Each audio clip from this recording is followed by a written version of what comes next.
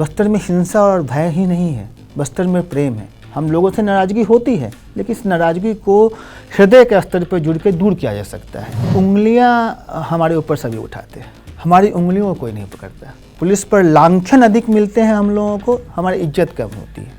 अगर नन्ना मुन्ना बच्चा वहाँ खड़ा है तो हमें जरूर सैल्यूट करता है। इसमें जिक्र किया है कि जो ठेकेदारों का और नेताओं का नेक्सस है, कोई काम कंप्लीट होने नहीं देना चाहते। मैंने उस किताब में अनकहा सच में इस बात को लिखा है कि उनका जो चेहरा है, जो विवस्त्र चेहरा है, वो क्या है, लोगों को जानना चाहिए कि नक्सली अगर विकास चाहते हैं तो फिर सड़क बनाने वालों को वो क्यों नुकसान पहुंचाते हैं, सड़क बनाने के लिए जो गाड़ियां हैं उसको क्यों जलाते हैं, और सैकड़ों लोग वहाँ के सड़क बनवाने में शहीद हो गए हैं।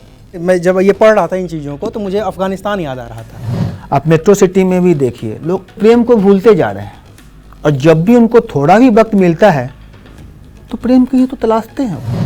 एक आम नागरिक को हम नक्सली समझ के मार दें तो क्या एक नक्सली के मरने से नक्सलवाद खत्म हो जाएगा? बिल्कुल नहीं, बिल्कुल नहीं। लेकिन आपका करियर तो खत्म हो जाएगा। किसी चीज़ को आप समझना चाहें तो समझाना आसान होता है, जब हम समझने को न ठान ही लिया है तो फिर बड़ा मुश्किल है। कश्मीरियत या कश्मीर के जो लोकल लोग हैं वो बाहर वाले को भी उतनी इज्जत देते हैं, उतनी ही प्रेम से रहते हैं। ये तो 2-4 लोग हैं जिन्होंने बंदूक उठा रखी है, हिंसा का सहारा ले रहा है। लोग चाहते हैं कि वो शांति से रहे, हर जगह के लोग चाहते हैं। कश्मीर इससे अछूता नहीं, लेकिन इंशाअल्लाह उस वादियों में भी प्रेम की आप गूंज सुनेंगे बहुत जल्द। नमस्ते, मैं अविनाश हूँ और आप अनकट देख रहे हैं। इस वक्त फिर से मेरे हाथ में एक किताब है जिसका नाम है कलर्स ऑफ रेड। ये बाकी आम किताबों से थोड़ी अलग किताब है। वो इसलिए क्योंकि अभी तक जितनी बार मैंने आपसे बात की है वो सब नॉन फिक्सन थी, और ये एक किताब है जो फिक्सन है, उपन्यास है, और जिसका केंद्रीय पात्र, जो इसका जो सेंट्रल आइडिया है उसको कहिए कि वो एक प्रेम कहानी है। लेकिन ये प्रेम कहानी पनपती है बस्तर में, दंतेवाड़ा में, उस नक्सली इलाके में जिसके आसपास हमेशा बारूदी सुरंगों का खतरा है, हमेशा जान माल के नुकसान का खतरा है, और हमेशा नक्सलियों के हमले का खतरा है। इन तमाम खतरों के बीच वो जगह इतनी खूबसूरत है कि वहाँ पे एक प्रेम कहानी पनपती है, और उस प्रेम कहानी का अंजाम क्या होता है इसकी तो बात मैं करूँगा ही करूँगा। इसके अलावा उस प्रेम कहानी के दौरान जो चीज़ें घटती हैं, और बस्तर, दंडकारण्य जिसको आप जिस नाम से जानते हैं, वहाँ के हालात कैसे होते हैं, इन तमाम चीज़ों को इन प्रेम कहानी के जरिए आपके सामने लेकर के आए हैं सीआरपीएफ के कमांडेंट राकेश कुमार सिंह। राकेश सिंह फिलवक्त हमारे साथ हैं, वो इस किताब पर बात करेंगे। इसके अलावा ये अपनी और भी तमाम किताबों पे बात करेंगे, और इन किताबों के जरिए हम कश्मीर के हालात से लेकर के और नक्सलवादियों के जो इलाके हैं वहाँ के हालात की विस्तार से चर्चा करेंगे, बातें करेंगे। लेकिन केंद्र में रहेगी वो प्रेम कहानी जिसके नायक कौन है वो आप बताइए। अविनाश जी, इसका नायक एक अर्धसैनिक बल का कमांडर है जो कि बस्तर में पदस्थापित है। शौर्य उसका नाम हमने रखा है, शौर्य एक काल्पनिक नाम है, लेकिन जो इसका लेखक है वो बस्तर में था, तो बस्तर की परिस्थितियों से प्रभावित है।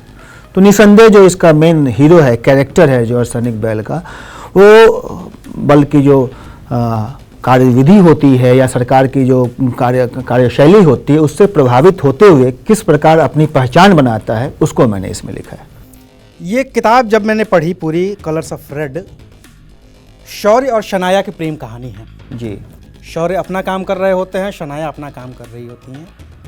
लेकिन मैं आपसे जानना चाहता हूँ कि ये प्रेम कहानी तो है, पाठक पढ़ेंगे तो समझेंगे कि उन दोनों के बीच की स्थितियाँ क्या थी, परिस्थितियाँ क्या थी। मैं ये जानना चाहता हूँ कि जब आप एक कैंप में जाते हैं, अपनी एक कंपनी को लीड कर रहे होते हैं, वहाँ पे बहुत सारे खतरे होते हैं, इस दौरान कैसे, कब वो वक्त मिलता है जब आप इस तरह की प्रेम कहानी की कल्पना कर पाते हैं, जब चारों तरफ बंदूकें हों, चारों तरफ डायनामाइट्स भरा पड़ा हो, आपको नहीं पता है कि आप हॉमिंग करने जा रहे हैं, कब मुठभेड़ हो जाएगी, कब ये कल्पना में आती है? क्या वहाँ रहते हुए या फिर जब वहाँ से हटते हैं, दिल्ली आते हैं, तब सोचते हैं इन सब चीज़ों के बारे में? बड़ी आपने अच्छी बात कही है।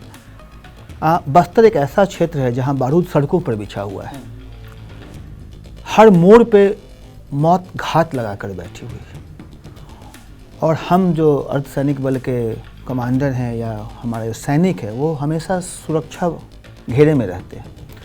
उस सुरक्षा घेरे में अकेलापन क्या होता है वो मैं ही महसूस कर सकता हूँ। ये हमारी कल्पनाओं की उपज है। देखिए, प्रेम की चाह तो सबको होती है, बिल्कुल। और प्रतिकूल परिस्थितियों में प्रेम की कल्पना मैंने इसलिए की है कि आदमी जब भी अपने आप में जीता है, अपने आप को ढूंढता है, तो देखता है प्रेम कहाँ है। और बस्तर में आप अपने परिवार को नहीं रख सकते, जो वहाँ परिस्थितियाँ हैं वो हॉस्टाइल है। तो ऐसे में प्रेम की जो तलाश है वो और बढ़ जाती है।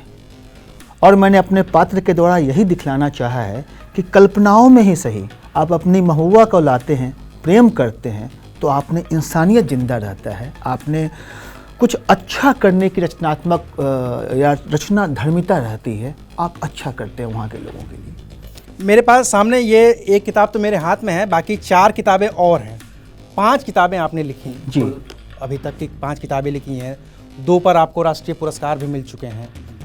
मैं उन परिस्थितियों को मैं जरा आपकी मानसिकता मतलब आपकी मनस्थिति के जरिए इस पूरे सुरक्षा बल के जो कार्यविधि है उसको समझने की मैं कोशिश कर रहा हूँ और दर्शकों को समझाने की कोशिश कर रहा हूँ कि आप लोग हमेशा एक युद्ध वाली स्थिति में तैयार रहते हैं। देश में युद्ध नहीं है, बिल्कुल युद्ध की कोई परिस्थिति नहीं है, फिर भी अर्धसैनिक बल ही ऐसे हैं, सीआरपीएफ के खासतौर से हमारे जो जवान हैं वो 24 घंटे 7 दिन युद्ध वाली परिस्थिति में खड़े रहते हैं, चाहे वो कोई भी स्थिति हो। चाहे अभी जम्मू कश्मीर में जो हालात चल रहे हैं वो भी देख रहे हैं हम, और नक्सलवाद का जो इलाका है पूरा छत्तीसगढ़ हो या उड़ीसा हो या महाराष्ट्र के कुछ इलाके हों, झारखंड का कुछ इलाका हो, वहाँ पे आप लोग 24 घंटे एक तरह की परिस्थिति में उलझे हुए रहते हैं। और इसके बीच भी आप उपन्यास भी लिख लेते हैं। बाकी जैसा नक्सलवाद पे किताब है वो तो ठीक है, मुझे समझ में आती है कि आप उन चीज़ों में लगे हुए हैं, तो आप अपना अनुभव बयां कर रहे हैं। ये जो 2 उपन्यास, एक घूंट चांदनी और फिर कलर्स ऑफ रेड, मतलब ये जिजीविषा लाते कहाँ से हैं आप लोग? देखिए, आपको समझना पड़ेगा, हम सैनिक तो हैं ही, हमारे हाथ में बंदूक है, वर्दी हम पहनते हैं, ये मानवता की रक्षा के लिए हमें दिया गया है। और जब हम मानवता की रक्षा की बात करते हैं या मनुष्यता की बात करते हैं, उसको बचाए रखने की बात करते हैं, तो हमारे पास 2 आयाम होते हैं। एक तो सरकारी तौर पर हमारे पास बंदूक है, हमें जिस तरीके की ड्यूटी दी गई है उसको करते हुए वहाँ पर कानून व्यवस्था बना के रखें और अपना कंट्रीब्यूशन करें समाज में। दूसरा ये होता है कि अच्छे इंसान बनकर सामाजिक तौर पे हम क्या बदलाव लाना चाहते हैं।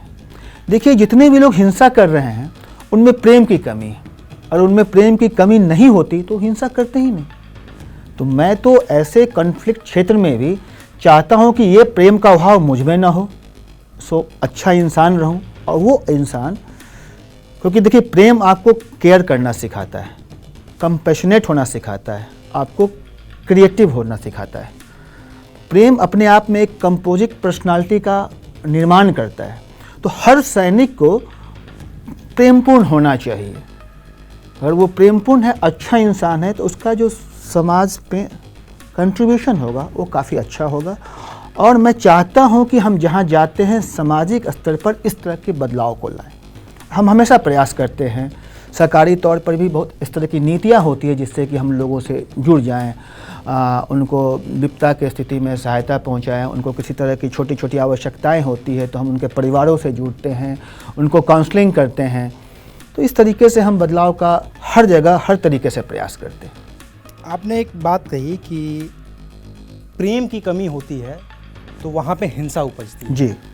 आपको लगा क्या ये बस्तर के इलाके में रहते हुए पूरे जो मतलब पूरा जो नक्सलवादी इलाका है वो, या फिर चूँकि आप जम्मू कश्मीर में भी तैनात रहे हैं, वो क्या सिर्फ प्रेम की कमी है या कुछ और चीज़ें हैं जिसका जिक्र आपने इस कैरेक्टर के जरिए, जो शौर्य है और शनाया है, इस कैरेक्टर के जरिए आपने दंतेवाड़ा और छत्तीसगढ़ की जो भी चीज़ें हैं ना उसको बड़े साफ शब्दों में कहा है? देखिए, इसमें सबसे बड़ी बात है कि इस किताब में बस्तर अपने आप में एक पात्र है। निश्चित तौर पे शौर्य को हम तथाकथित एक जो परिभाषा है उसमें हीरो मानते हैं, शनाया को हीरोइन मानते हैं, लेकिन आप इसमें देखेंगे कि समाज से या प्रशासन से बहुत लोगों की पात्रता को दर्शाया गया है। लेकिन सबसे बड़ा जो पात्र है और इस बुक का जो सबसे बड़ा कैरेक्टर है, हीरो है, वो बस्तर खुद है। बस्तर खुद ही है। तो बस्तर एक रंगशाला है और जिसको जो वहाँ चाहिए वही दिखता है। बस्तर बहुत ही रमणीक जगह है, सौंदर्य से भरा पड़ा है, हरियाली है वहाँ पर, स्वच्छ वातावरण है, और मैं समझता हूँ कि सृजन करने के लिए इससे अच्छी जगह हो ही नहीं सकती, और ऐसे जगह में कोई हिंसा कैसे कर सकता है। तो बस्तर, मेरा जो मेन उद्देश्य है कि बस्तर को लोग जानें। बस्तर में हिंसा और भय ही नहीं है, बस्तर में प्रेम है। बस्तर में अभाव होंगे, बस्तरिया लोगों के पास कुछ अभाव होंगे, संसाधन की कमी होगी, लेकिन समरसता की कमी नहीं है। वो लोग बड़े अच्छे हैं। कहीं ना कहीं किसी न किसी तरह की एक प्रतिक्रिया जो कि लगातार उनको सिखलाई जाती रही या उनको ये समझाई जाती रही, इसलिए हो सकता है कहीं ना कहीं उनकी नाराज़गी है प्रशासन से। हम लोगों से नाराज़गी होती है, लेकिन इस नाराज़गी को हृदय के स्तर पर जुड़ के दूर किया जा सकता है। इसलिए मैंने बस्तर को फोकस में रखा है इस किताब में।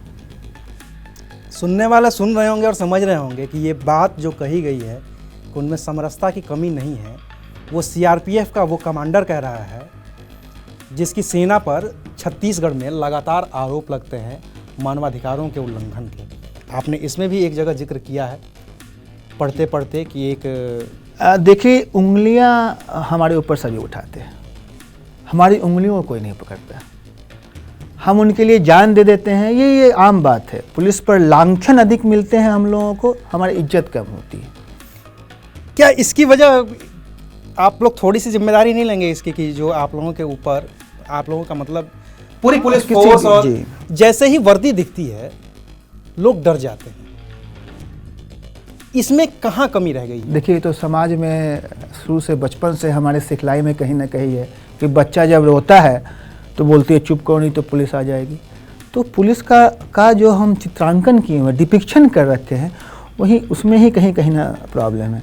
लेकिन देखिए, जब हर बच्चा पुलिस के प्रति रुझान रखता है, आप कहीं से भी निकले, कश्मीर से कन्याकुमारी तक, हम वर्दी में जब भी जाते हैं, अगर नन्ना मुन्ना बच्चा वहाँ खड़ा है तो हमें जरूर सैल्यूट करता है, वो खुश होता है हमको देख के।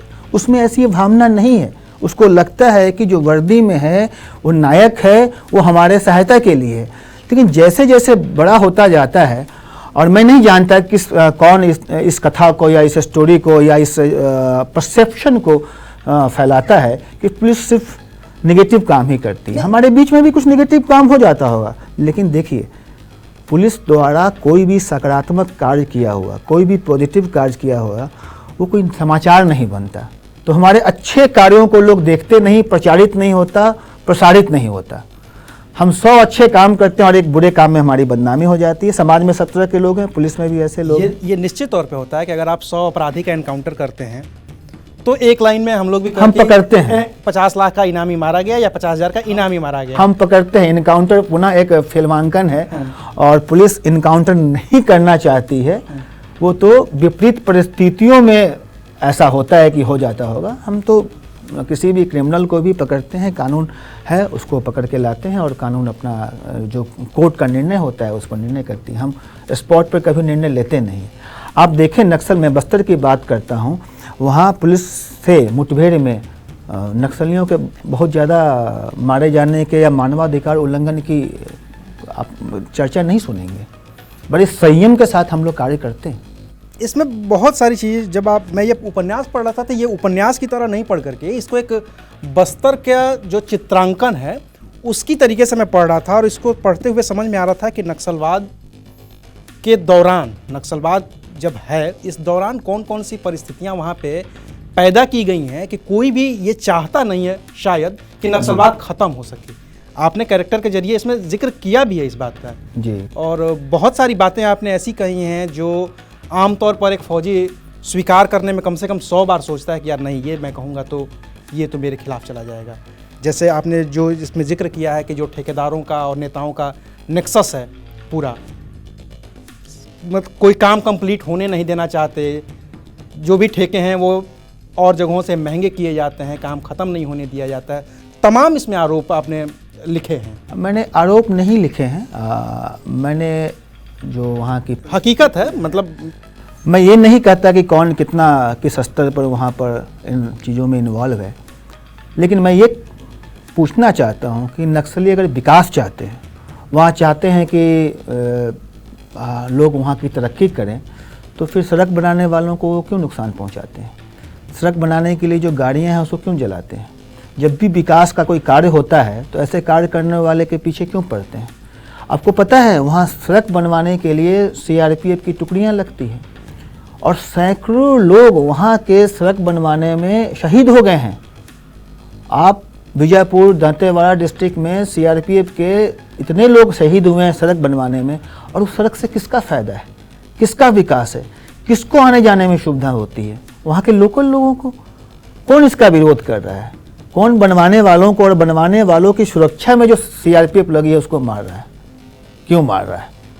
मैं दरअसल ना, मैं जब ये पढ़ रहा था इन चीज़ों को तो मुझे अफ़गानिस्तान याद आ रहा था।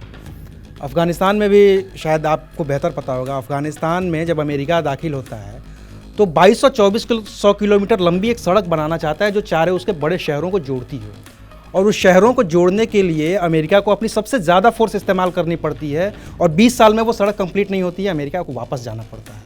CRPF लगातार कोशिश कर रही है वहाँ पे सड़कें बनवाने की, बनती है 1 किलोमीटर दूर ख़त्म होना होता है, उससे पहले उसको उड़ा दिया जाता है, फिर वो सड़क नए सिरे से बनती है।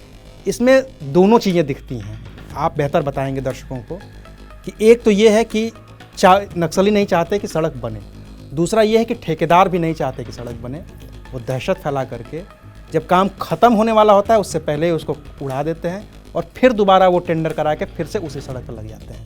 देखिए, मैं इतना ही जानता हूँ कि रास्ता बनेगा तो लोगों को सुविधा होगी, वहाँ विकास होगा, और जब भी विकास होगा लोग देखेंगे कि बाहर की दुनिया में क्या हो रहा है और प्रशासन के और सड़कों के पहुँचने से वहाँ किस तरह का लाभ होता है। तो ऐसी परिस्थिति में लोग हथियार नहीं उठाएंगे, वो विकास की गतिविधियों से जुड़ेंगे। तो कौन क्या मैसेज देना चाहता है इसको आप बेहतर समझते हैं। मैं इतना ही जानता हूं कि अगर सड़क बनता है, कोई पुल बनता है, तो ये जुड़ाव का ही माध्यम है, और प्रशासन और सरकार तो जुड़ने की कोशिश ही कर रही है हम लोग से। तो ये शौर्य और शनाया वाली जो कहानी है, इसमें ऐसी तमाम कहानियाँ बस्तर में तो दंतेवाड़ा में जगदलपुर में होती होंगी। देखिए, ये सिर्फ शौर्य और शनाया की कहानी नहीं है। ऐसे तो ये उपन्यास है, मेरी कल्पनाओं का प्रवाह है, ये हर एक व्यक्ति की कहानी है। ये इसको सिर्फ बस्तर के परिप्रेक्ष्य में ही ना देखिए, आप मेट्रो सिटी में भी देखिए। लोग जीवन के आपाधापी में इतने व्यस्त हैं कि प्रेम को भूलते जा रहे हैं, और जब भी उनको थोड़ा भी वक्त मिलता है तो प्रेम को ही तो तलाशते हैं वो, या प्रेम को तराशते हैं। ये प्रेम की खोज की एक कहानी है, हर व्यक्ति की एक कहानी है जो ये समझता है, इसका ये मानना है कि प्रेम का जीवन में बहुत ही महत्वपूर्ण स्थान है। प्रेम के बिना जीवन संभव नहीं है। ये कितनी अद्भुत बात है कि जो हमारे बगल में बैठे हुए हैं, ये जब अपनी वर्दी में होते हैं तो इनके हाथ में ऐसे खतरनाक हथियार होते हैं कि दुश्मन 2 किलोमीटर 3 किलोमीटर दूर भी रहे तो वो निशाना लगा सकते हैं। और जब ये स्टूडियो में बैठे हैं आप, तो सिर्फ प्रेम, इतना प्रेम भरा पड़ा है किताब में भी, आपकी बातों में भी, जो प्रेरित भी करता है लोगों को। लेकिन क्यों, जैसे जो आप प्रेरित करने की बात कर रहे हैं, प्रेरित होते हैं लोग आपकी किताबों से, आपकी बातों से, आपके प्रेम से, ये नक्सली प्रेरित क्यों नहीं हो पा रहे हैं? मैं किताब से थोड़ा सा हट रहा हूँ उस मुद्दे की तरफ, क्यों नहीं वो प्रेरित हो पा रहे हैं आपकी इन बातों से? देखिए, लगातार कोशिश कर रहे हैं। किसी चीज़ को आप समझना चाहें तो समझाना आसान होता है, जब हम समझने को न ठान ही लिया है तो फिर बड़ा मुश्किल है। लोग उनके साथ आज नहीं हैं। किसी ज़माने में हो सकता है कि उनकी विचारधारा के कारण कुछ लोग जुड़े होंगे, हमने उन दिनों को नहीं देखा है। मैं ऐसे दिनों में बस्तर में या किसी नक्सल प्रभावित क्षेत्र में पोस्टेड नहीं रहा हूँ, लेकिन मैं अभी पिछले 3 सालों से वहाँ था, तो मैं देखा हूँ कि लोग उनके साथ नहीं हैं, जुड़े नहीं हैं, उनसे डरते हैं।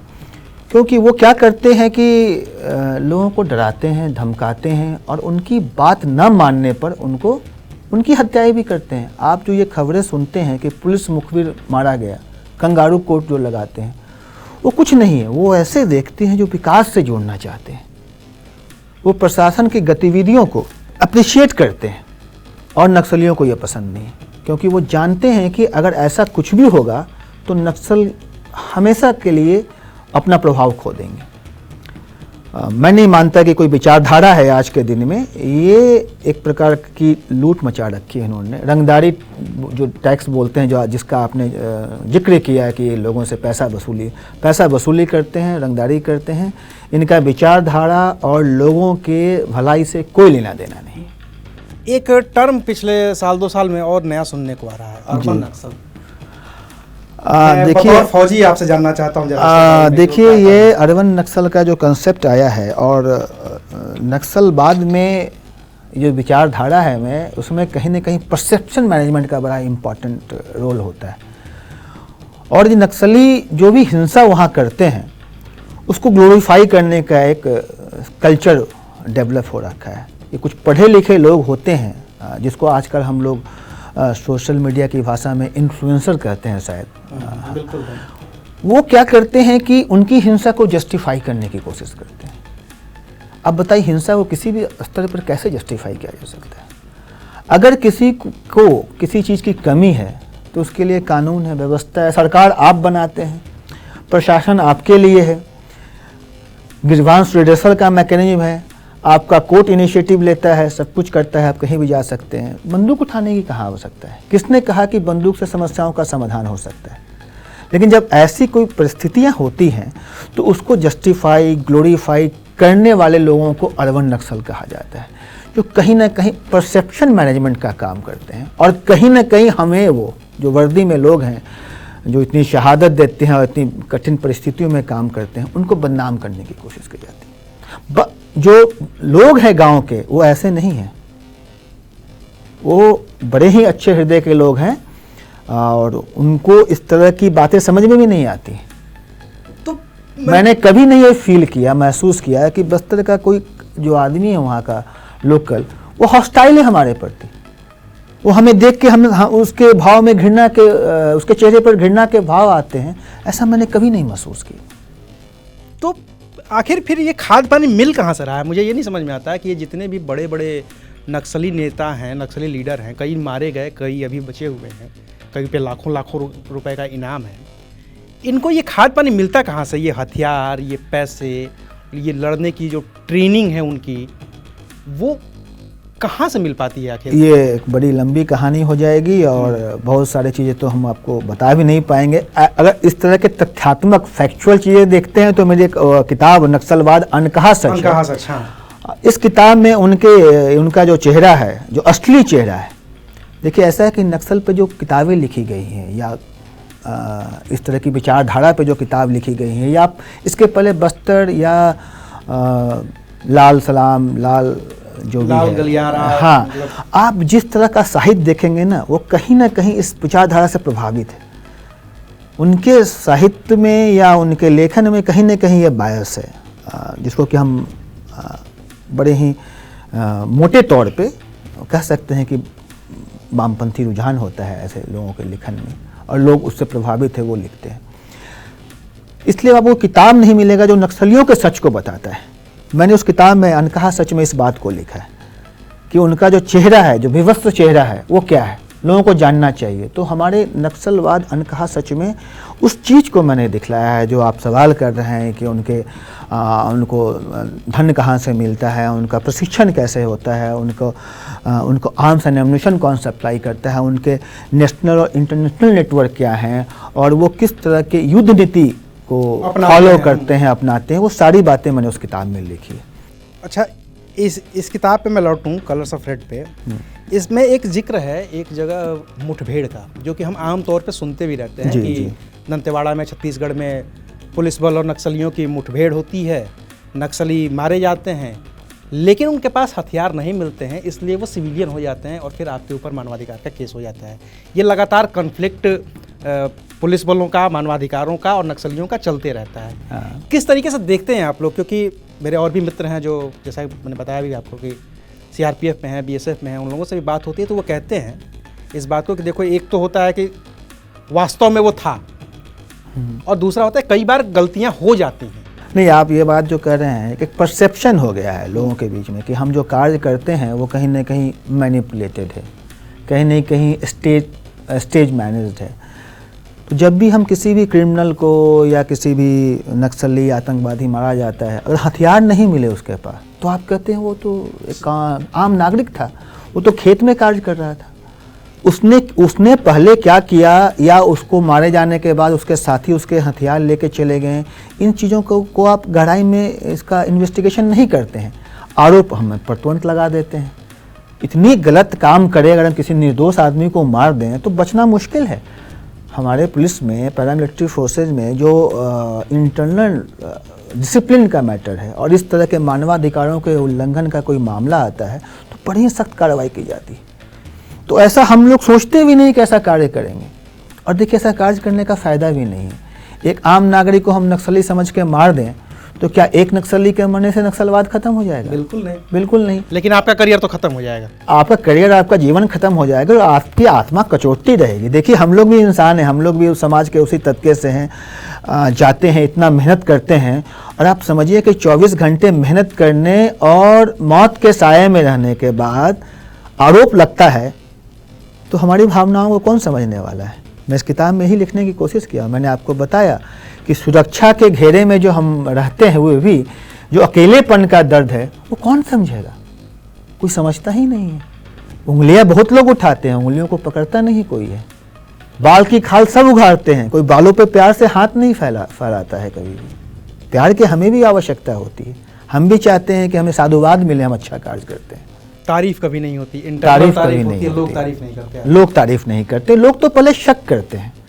तो ये आपने कहा ना कि मैं एक सैनिक होकर, कमांडर होकर प्रेम की बात कर रहा हूँ, तो मैं बताना चाहता हूँ कि हम भी आप लोगों की तरह हैं जो प्रेम में विश्वास करते हैं, प्रेम से ओतप्रोत हैं। हमें भी प्रेम चाहिए, हमें भी अच्छा लगता है जब हम प्रेमाकुल होते हैं। कौन प्रेम को मिस करना चाहता है? और प्रेम का माहौल बना रहे इसीलिए आप हथियार भी उठाते हैं। नहीं तो हम अपनी कल्पनाओं को उड़ान देते हैं, और इस कल्पनाओं की उड़ान की एक कृति है आपके सामने में, कलर्स ऑफ रेड। आप इसको पढ़ेंगे तो आप एक प्रेम कहानी पढ़ेंगे, प्रेम कहानी के अलावा बस्तर की जो चुनौतियां हैं उनको पढ़ेंगे। बस्तर से थोड़ा आगे निकलें सर, चूँकि बात एक कमांडेंट मेरी सीआरपीएफ के एक अधिकारी से हो रही है और देश की जो परिस्थितियाँ हैं उस पर बात मुझे लगता है कि होना ज़रूरी है। कश्मीर में आपकी तैनाती रही है लंबे समय तक, आप वहाँ भी तैनात रहे हैं, कैसे देख रहे हैं इस समय जो कश्मीर में चल रहा है? मैं किताब से थोड़ा भटक रहा हूँ, किताब पे फिर हम लौटेंगे, बात करेंगे, लेकिन ये एक इम्पॉर्टेंट मुद्दा है कि अगर सीआरपीएफ कमांडेंट राकेश कुमार सिंह हमारे साथ बैठे हैं और हम कश्मीर पे बात ना करें। देखिए कश्मीर बहुत खूबसूरत जगह है, वो तो है, और इतने खूबसूरत जगह में हिंसा वहाँ भी शोभा नहीं देती है। अमन शांति बरकरार ही है, आप देख रहे हैं।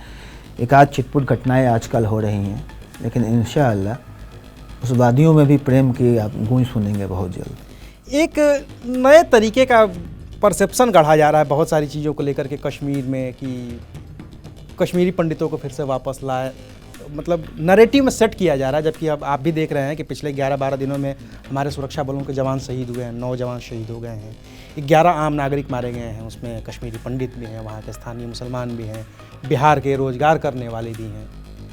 आप कश्मीर में रहते हुए ऐसा अभी आपने कभी महसूस किया है क्या कि ये जो बाहरी बनाम लोकल की लड़ाई है वहाँ पे, वो वहाँ पे कुछ ज़्यादा है?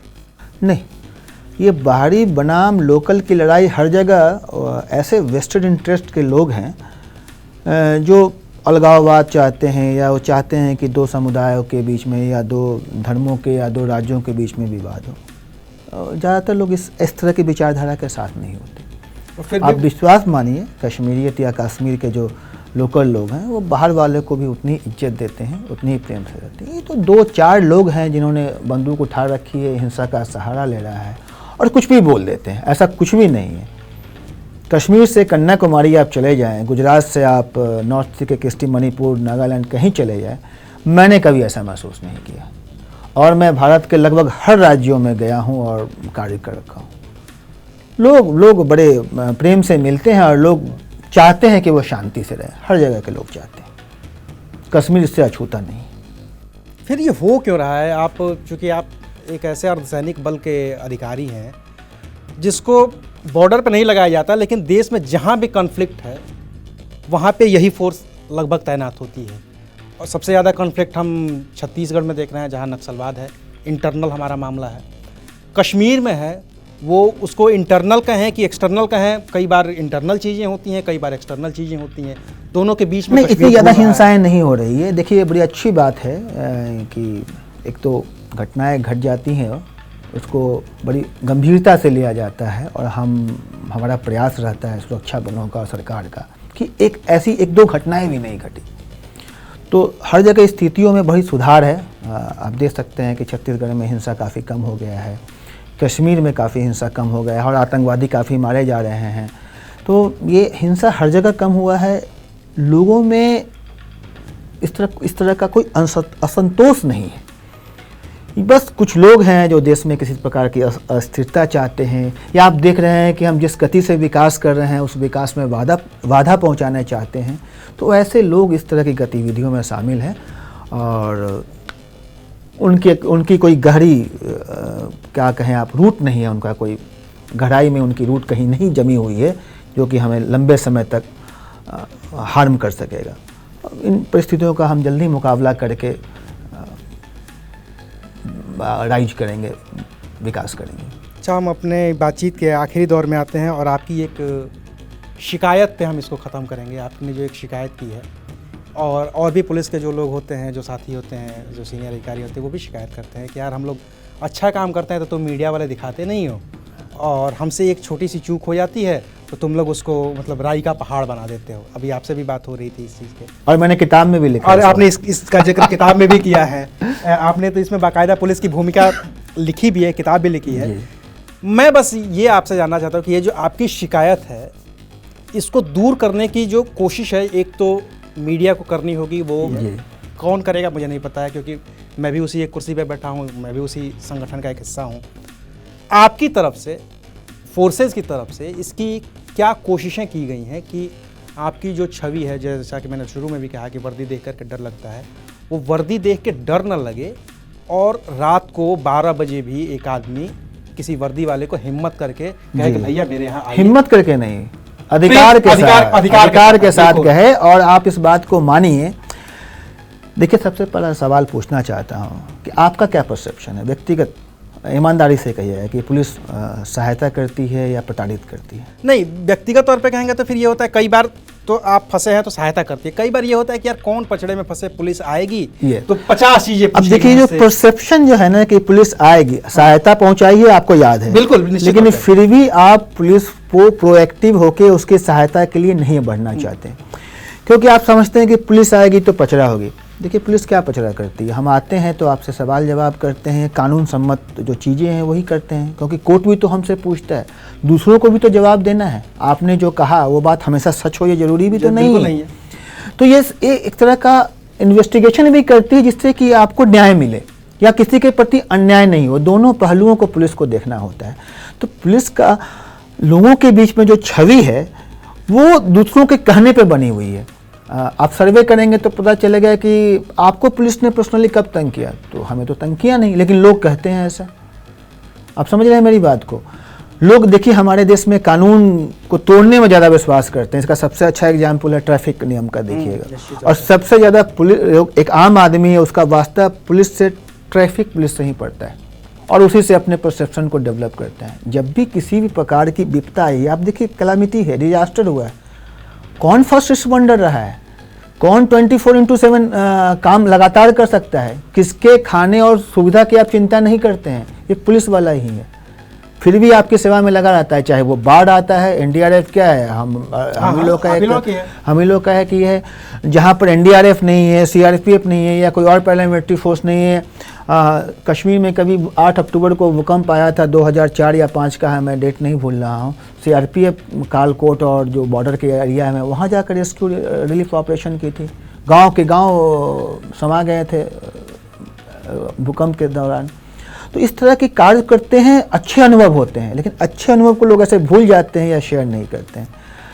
हम बात करते हैं, हम कोशिश करते हैं कि हम अपनी बात लोगों को पहुंचाएं, हम बताएं लोगों को, लेकिन देखिए हमारा ये काम है नहीं कि हम अच्छा कर रहे हैं तो बताते जाएं।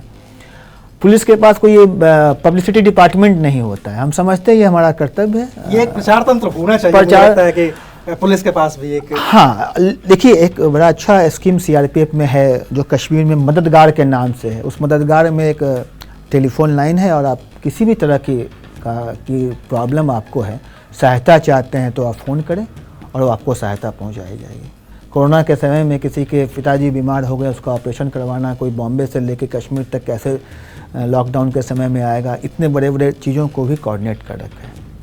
ज़्यादातर क्षेत्रों में हम लोग एक सिविक एक्शन प्रोग्राम करते हैं, जिस सिविक एक्शन प्रोग्राम में हम गांव में या ऐसे जगह जाते हैं जहां संसाधनों की कमी है और लोगों को ज़रूरत है, वहाँ मेडिकल सुविधाएं लेके जाते हैं, रोज़मर्रा की ज़रूरत की चीज़ों को लेके जाते हैं। उनको सरकार की जो नीतियां हैं, जो आजकल आप देख रहे हैं, जो वेलफेयर स्कीम्स है, उनके बारे में बताते हैं। उनको ऑनलाइन फॉर्म भरने की आवश्यकता है या किसी तरह की जानकारी देनी है या उनके बिहाफ में फॉर्म भरना है तो वो हम फॉर्म भर के जो ग्रांट्स मिलते हैं, जो स्कीम का फ़ायदा उठाना होता है, वो चाहते हैं कि उन तक पहुँचाए। बीमार लोगों का इलाज करवाते हैं। तो हम कोशिश करते हैं और आप बात विश्वास कीजिए कि ऐसे सुदूर क्षेत्रों में वो हमें प्रेम की नज़रों से देखते हैं, प्यार की नज़रों से देखते हैं और हमारी छवि खराब नहीं है उनके बीच। चलिए, फोर्स के एक अधिकारी का ये भरोसा अगर आम लोगों में बना रहेगा कि इनकी छवि आम लोगों की नज़रों में अच्छी है, प्रेम करने वाली है, उनका केयर करने वाली है, उनकी मदद करने वाली है, तो ये पुलिस के लिए, ये सुरक्षा बलों के लिए, ये आम नागरिकों के लिए और ये देश के लिए बेहद ही अच्छी बात है। आज के लिए बस इतना ही। फिर मिलेंगे एक किसी नए मेहमान के साथ, किसी नई किताब के साथ, किसी नए मुद्दे पर। देखते रहिए अनकट।